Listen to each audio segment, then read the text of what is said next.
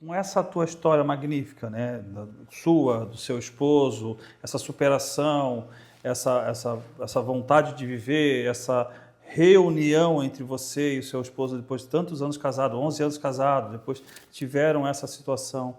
Você consegue transmitir isso para outras pessoas? Outras pessoas te procuram para tentar ter esse entendimento? Esse movimento começou, na verdade, os próprios médicos, nas clínicas que eu ia. A oncologista falava, olha, tem uma paciente que... Você conversa com ela, fala um pouquinho, e eu dizia assim, vou falar o quê? O que eu vou falar? Uma história, uma pessoa que está começando essa trajetória tão dolorido, né?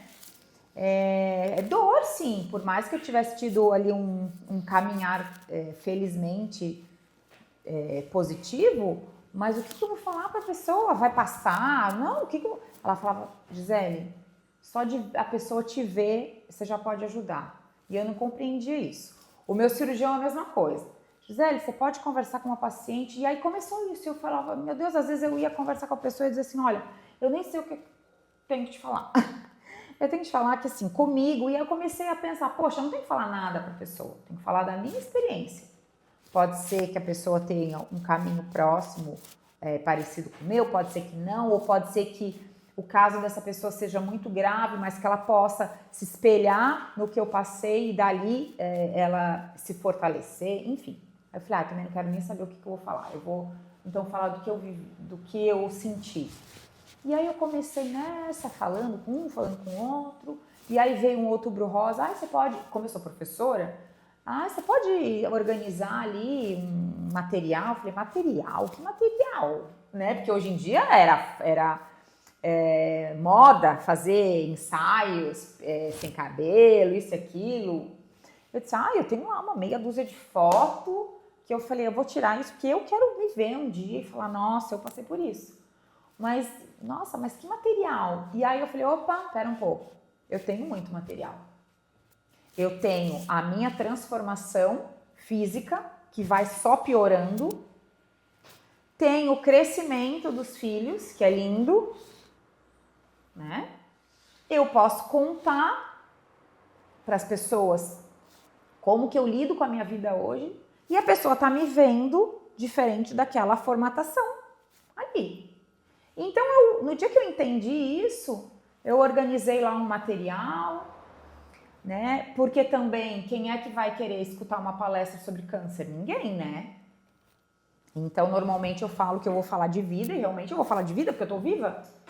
Eu vou falar sobre uma história, de um momento da minha vida e como que eu ressignifiquei essa história, né? E aí tem as crianças, tem o marido, e todas as vezes que eles fazem aniversário, tem um slide da apresentação que, nossa, a tela tá cheia. É aniversário do meu filho de 1 ano, ele é soprano, a vela de 2, de 3, de 4, de 5, de 6, até o 14.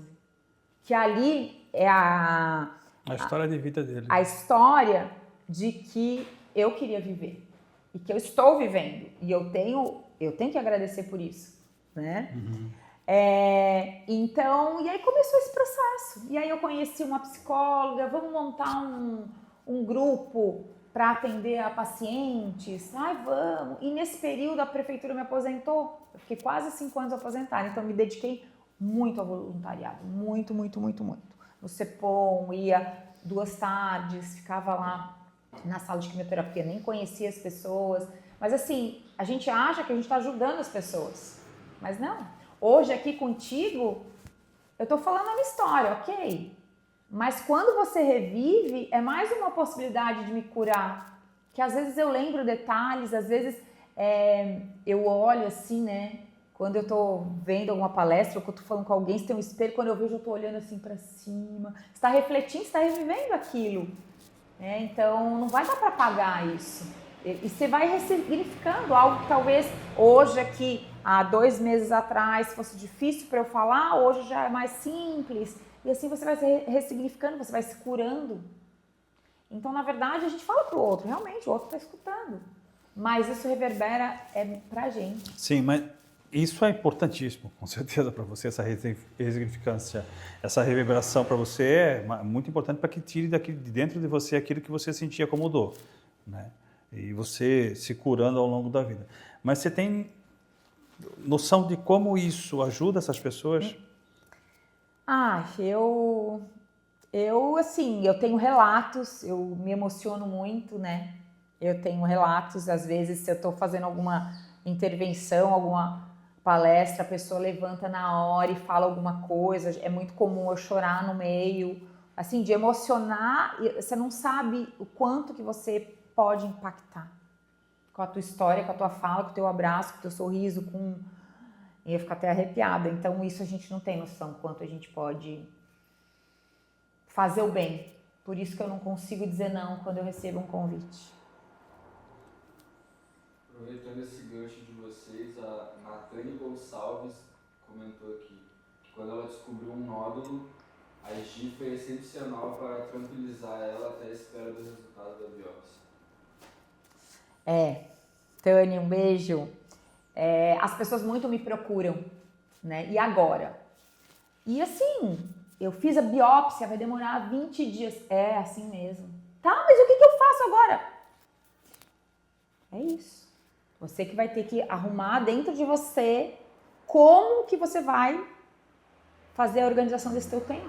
Você pode ficar em casa esperando, chorando, olhando no relógio. Você pode fazer uma caminhada. Você pode... Como que você quer fazer? É isso mesmo. É protocolo. Então, as pessoas... Eu não tenho nada mirabolante para falar para as pessoas, para fazer. Não tenho nada. Embora, às vezes, eu indique médico, sim, tá? Eu consigo, às vezes, indicar algumas coisas, mas eu não consigo fazer isso. Mas eu consigo dizer para a pessoa assim, já passei por isso, realmente o tempo, se você não fizer o bom uso do seu tempo, ou você pira, ou, né? E aí só da pessoa falar, e às vezes as pessoas, isso acontece muito nas palestras, eu prefiro falar com um estranho do que com um conhecido. Porque com o conhecido, ela não quer magoar. Ela não quer falar pro conhecido assim, cara, eu tô desesperada, tô com medo de morrer, sabe? Ela não vai falar isso para uma mãe, para um marido, para um irmão, ela não vai. Até para não aumentar a preocupação deles. Né? E ela vai se segurar, e isso é muito ruim. Né? E aí chega um estranho, ela não tem nada, ela fala, cara, tô com medo de morrer, tá? E o que é a morte para você e tal, enfim. E aí vai. Então eu sou bastante conhecida por ouvir as pessoas, só que assim, eu só falo com quem quer falar comigo. Porque tem pessoas que falam, olha, minha irmã, ela recebeu... Ok, tá aqui meu telefone, fala para me ligar. Eu não ligo, mas não é porque eu não queira ligar, é porque a pessoa tem que querer conversar sobre isso.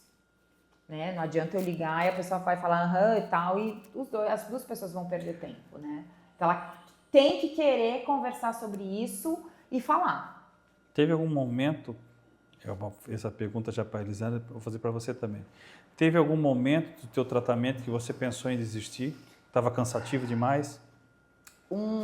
Não em desistir, mas de falar, poxa, eu preciso de mais força.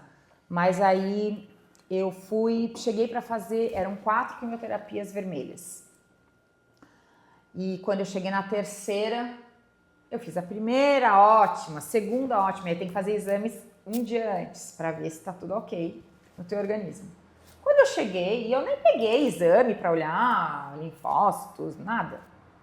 A médica falou, olha, não vai poder fazer hoje. Eu disse, mas por quê? Não, você vai ter que esperar mais um tempo, porque o teu corpo... Então, o corpo, ele vai recebendo aquele baque e ele vai, como se fosse um soldadinho. Por isso que você tem que se alimentar muito bem, você tem que dormir muito bem. Mesmo assim, pode ser que teu corpo dê um baque. E por quê? Porque a nossa racionalidade de humano, a gente pega o calendário e se programa, e você fala assim, então a primeira eu faço aqui, a segunda aqui, a terceira aqui, eu vou acabar tal, e a gente se projeta. E aí vem aquela expectativa. Só que quando acontece isso, você se frustra, porque a médica falou, não, você não vai poder. Eu falei, como não? Mas quando? Não sei quando. Daqui 1 semana, você refaz o exame. Eu falei, 1 semana? Sim. Tem que dar tempo pro teu corpo. Eu falei, mas como assim? Então eu fui embora, eu tava triste, eu tava revoltada, de falar, caramba, mas, pô, eu sou tão forte. Não, não sou tão forte. E aí te tira do prumo, e aí foi mais um aprendizado. Que você tem que aceitar aquilo que tá vindo. O corpo tá dizendo, não dá. A médica tá dizendo, não vou fazer. Por que eu vou ficar ali revoltada porque eu vou atrasar mais 1, 2 meses? E aí vem mais um aprendizado. Então não foi assim, eu não vou aguentar, mas assim, poxa, fora do previsto, como que meu corpo, como que você não me ajuda? Tão forte que a gente foi até agora. Mas é a hora da gente falar assim, opa, preciso ser tão forte? Não sou forte. Não sou. Ó, isso aqui estraga. Ó, Tem que saber o momento de dar uma recuada, exato, reorganizar para depois voltar. É isso aí. Dentre todas as situações, né, de câncer, você sabe que tem muitas pessoas que se entregam, né? Principalmente por causa da depressão, né? E isso é uma pesquisa, isso também é falado pelos médicos, que é o maior causador do aumento da doença, né?